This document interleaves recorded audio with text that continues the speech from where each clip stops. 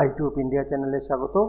West Bengal state university BA fourth semester history G4 DSC 4 পেপারে suggestion দিচ্ছি। Marks 2 100% guarantee challenge দিচ্ছি। এখান থেকে কমন পাবেই পাবে। যতগুলো তোমাদের লিখতে হয় ততগুলো কোশ্চেনই তোমরা কমন পাবে।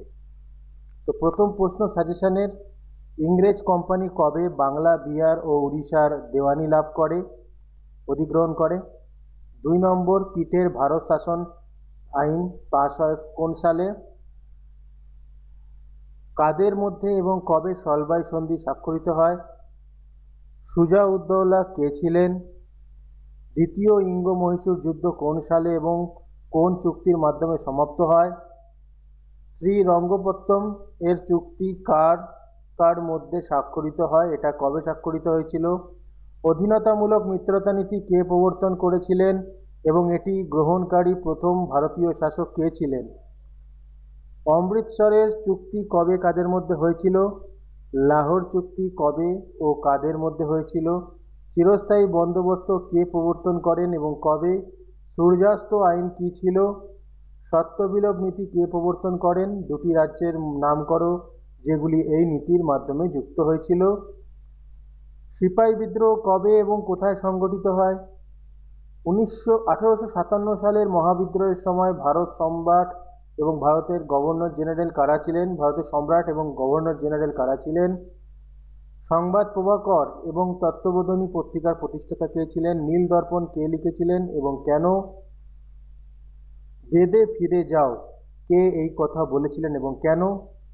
হিন্দু প্যাট্রিয়ট পত্রিকার সম্পাদক কে ছিলেন? তিনি বিখ্যাত কেন? হেনরি লুই ভিভিয়ান ডিরোজিও কে ছিলেন এবং তার উল্লেখযোগ্য কাজ কি ছিল? খেলাফত আন্দোলনের 2 নেতার নাম বলুন।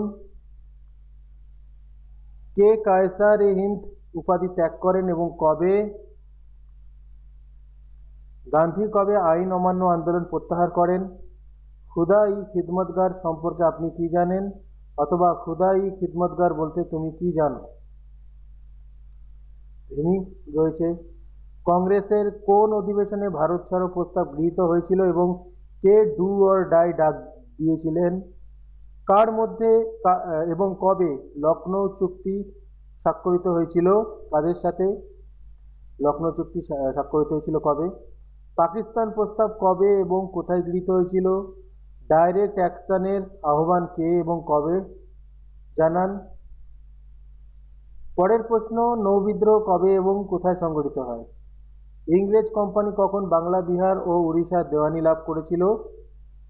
কোন বছর পিটের ভারত শাসন আইন পাস হয়েছিল?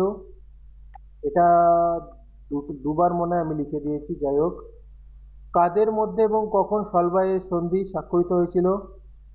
কখন মেদিনীপুরের তাম্রলিপ্ত জাতীয় সরকার প্রতিষ্ঠিত হয় এবং কে প্রধান ছিলেন? ভারতীয় সংবিধানের প্রধান রূপকার রূপে কে পরিচিত, অথবা ভারতীয় সংবিধানের প্রধান স্থপতি হিসাবে কে পরিচিত? ভারতের সংবিধান কবে কার্যকরী হয়েছিল? এই কোশ্চেনগুলো তোমরা পড়ো। এখান থেকে তোমরা প্রয়োজনীয় সকল কোশ্চেন কমন পাবে, 100% কমন পাবে। তোমাদের 20 নম্বর দরকার, 20 নম্বরই উঠে যাবে। এখন থেকে পড়া স্টার্ট করো। অবশ্যই এগুলো পুরো ভালো মতন লিখে লিখে প্র্যাকটিস করবে, যাতে 20-তে 20 শর্ট কোশ্চেনের নাম্বার পেয়ে যাও। ভিডিওটা ভালো লাগলে লাইক, কমেন্ট, শেয়ার করে দিও।